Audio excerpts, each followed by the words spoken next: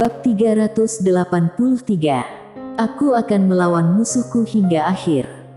Menyentuh seluruh tubuh. Mileye membeku di tempat untuk waktu yang lama, dan akhirnya, dia memandang Jasmine. Apakah masalah ini tidak dapat ditangani oleh senior? Jasmine memandang Mileye. Ya, tapi, aura keosmu adalah benda ilahi, menyerahkan padaku. Apakah kamu yakin? Mileye tersenyum. Dengan lambaian tangan kanannya, aura keos muncul di depan Jasmine. Jasmine melirik Mileye, tidak mengatakan apa-apa lagi, dan mulai memasukkan aura keos untuk menghangatkan tubuh Mona Yue. Selain itu, Mileye menunggu dengan tenang. Melihat Mona Yue di kejauhan, Mileye memikirkan dunia Qingchang, Sekte Changjian. Waktu berlalu sedikit demi sedikit, dan sekitar 2 hari kemudian, Mona Yue tiba-tiba membuka matanya, dan Mileye, yang tidak jauh, segera bergegas. Mata Mona Yue sedikit kosong, dan Mileye buru-buru berkata, "Guru Yue." Mona Yue memandang Mileye, "Siapa kamu?" Mendengar ini, ekspresi Mileye menjadi muram. Dia berbalik untuk melihat Jasmine yang berkata, tubuh dan jiwanya baru saja tergabung, dan ingatannya belum sepenuhnya pulih, beri dia waktu. Mileye mengangguk, lalu menatap Mona Yue, dan berkata sambil tersenyum, "Kamu tidak mengingatku." Mona Yue memandang Mileye dan sedikit mengernyit, hanya sedikit kesan. Mileye tersenyum dan berkata, "Tidak apa-apa, pelan-pelan." Pada saat ini, Mona Yue melihat tubuhnya, dan ketika dia menemukan bahwa dia telanjang, alisnya semakin berkerut, dan kemudian dia menatap Mileye, "Apakah kamu yang melepasnya?" Mileye dengan cepat melambaikan tangannya, Tidak, senior di sebelahku yang melepaskannya, dan dialah yang menyelamatkanmu." Mona Yue memandang Jasmine yang tidak jauh, dan kemudian dia berdiri. Pada titik ini, Mileye berbalik dengan cepat dan berkata, "Guru Yue, kamu harus memakai pakaian dulu."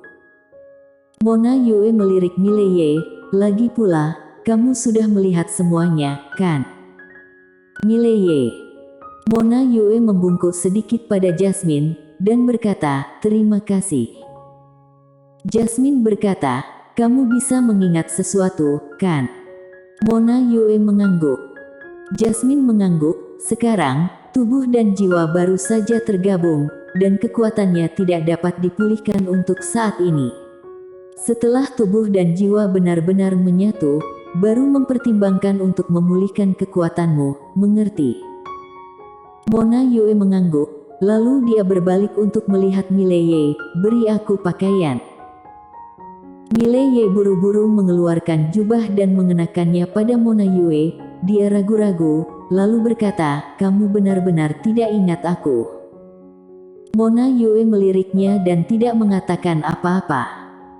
Mileye tersenyum pahit, "Tidak apa-apa, pelan-pelan saja." Mengatakan itu, dia memandang Jasmine tidak jauh, "Senior, aku ingin dia tinggal di sini sementara." Mona Yue saat ini tidak memiliki kekuatan sama sekali. Jika dia mengikutinya kembali ke atas, pasti akan sangat berbahaya. Jasmine berkata, "Ini harus sesuai keinginannya." Mileye menoleh untuk melihat Mona Yue, "Sekarang lebih berbahaya di luar, kamu tetap di sini dulu, lalu perlahan pulihkan kekuatanmu, oke?" Mona Yue terdiam sejenak, lalu berkata, "Bagaimana dengan Sekte Changjian?" Mileye berkata lembut, "Perkumpulan pelindung dunia telah dimusnahkan. Master Jerome Jian, serta Master Sekte, paman seperguruan Firmu Zan mereka, semuanya telah gugur." Mona Yue terdiam. Mileye berkata dengan lembut, "Paman seperguruan Xavier Chang dan paman seperguruan Gu masih di sana, dan Sekte Changjian pasti akan menjadi semakin kuat di masa depan." Mona Yue menggelengkan kepalanya sedikit, lalu dia berbisik, "Kembalilah." Mileye terdiam beberapa saat, lalu berbalik untuk pergi, dan ketika dia mencapai gerbang aula, dia tiba-tiba berhenti dan berkata, "Apakah kamu menyalahkanku?" Mona Yue tidak berbicara. Mileye menunggu sebentar, dan tanpa mendapat jawaban, dia meninggalkan aula utama. Di dalam aula, Jasmine tiba-tiba berkata, "Dia sangat peduli padamu." Mona Yue berkata dengan lembut, "Aku tidak menyalahkannya." Jasmine bertanya, "Lalu mengapa kamu tidak memberitahunya secara langsung?" Mona Yue berkata, "Aku sedang memikirkan sesuatu dan kehilangan kesadaran." Jasmine. Segera setelah Mileye meninggalkan aula, tetua utama menemukannya. Sesuatu terjadi pada orang tua di toko besi. Sandy Yun. Mileye mengerutkan kening, "Ada apa?" Tetua utama berkata dengan sungguh-sungguh, "Sebelumnya ada kerusuhan di kota Daoi, dan toko besi dihancurkan."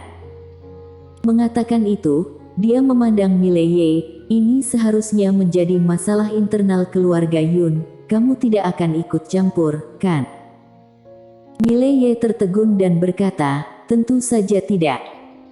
Tetua utama berbisik, "Karena kamu memiliki harta itu, banyak orang yang sangat menginginkanmu, jangan terlibat dalam air yang keruh ini."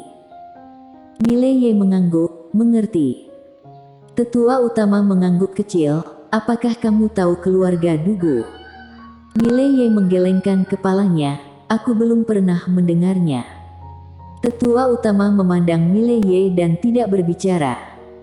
Mileye tersenyum pahit, "Aku benar-benar belum pernah mendengarnya." Tetua utama ragu-ragu, lalu berkata, "Itu adalah keluarga besar dari dunia surga." Singkatnya, sebelum dekan kembali, lakukan yang terbaik untuk tidak meninggalkan akademi. Mileye berkata dengan sungguh-sungguh, "Apakah seseorang datang untuk mengacauku lagi?" Tetua utama meliriknya, "Kamu, sekarang cobalah untuk menjadi serendah mungkin." Setelah mengatakan itu, dia berbalik dan pergi.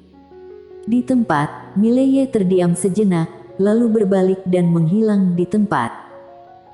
Setelah beberapa saat, Mileye datang ke kota Daoi, dan ketika dia datang ke toko besi, itu sudah menghilang.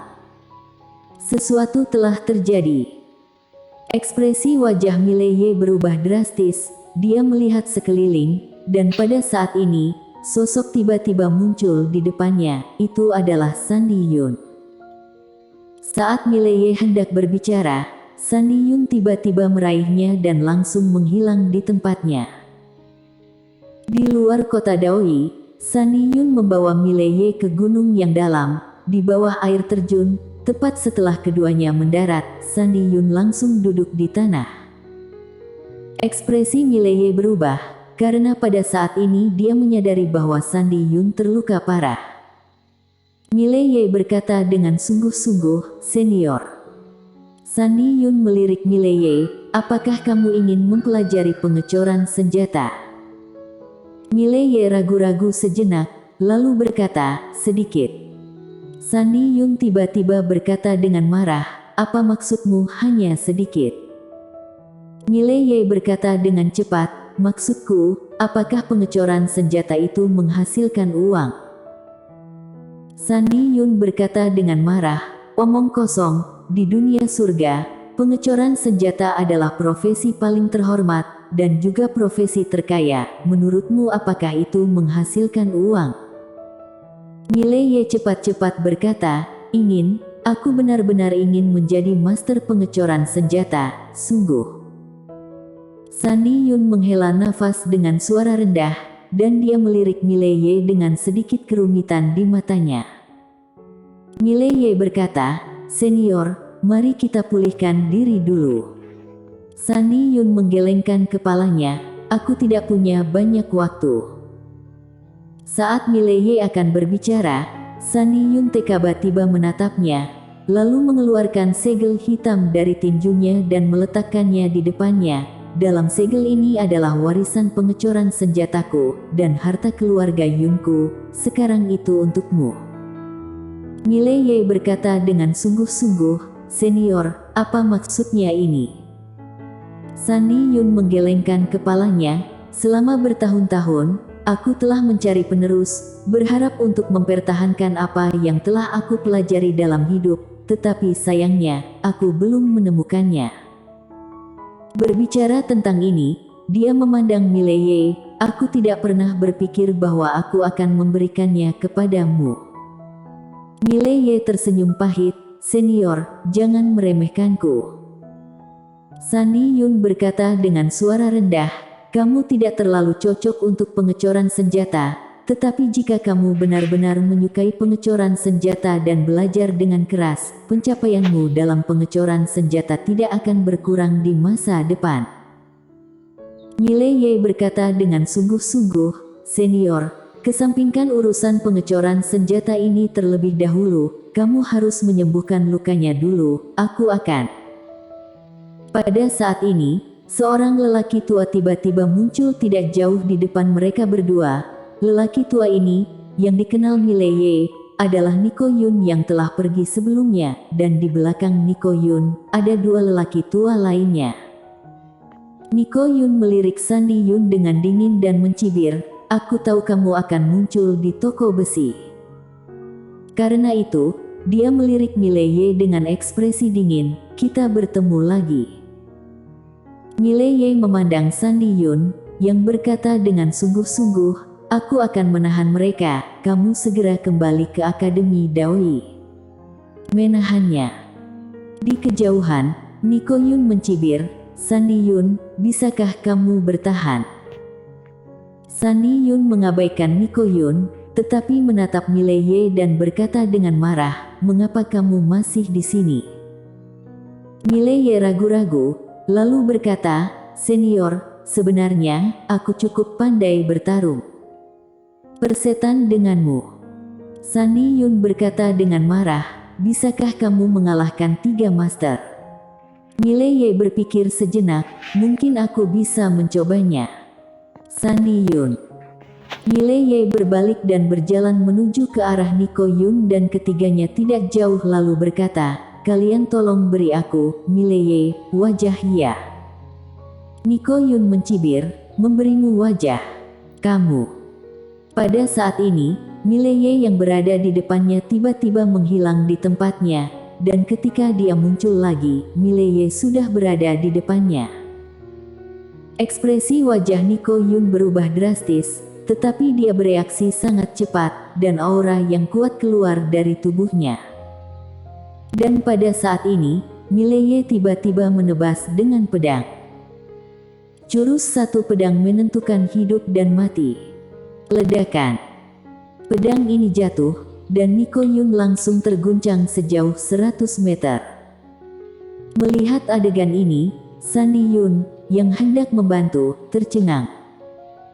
Dan di kejauhan, Niko Yun juga tercengang, apakah dia begitu kuat? Dengan pedangnya, Mileye terus berjalan menuju Niko Yun dan ketiganya, kalian bertiga, ayo serang bersama. Kalau tidak, itu terlalu mudah. Mendengar ini, Niko Yun sangat marah, kamu sangat angkuh. Suara itu jatuh, dia menghilang tiba-tiba, dan saat berikutnya, kekuatan yang kuat langsung menuju ke Mileye. Dan pada saat ini, Mileye berhenti, tiba-tiba pedang terbang melintas di lapangan. Sesuatu tampaknya terkoyak di lapangan.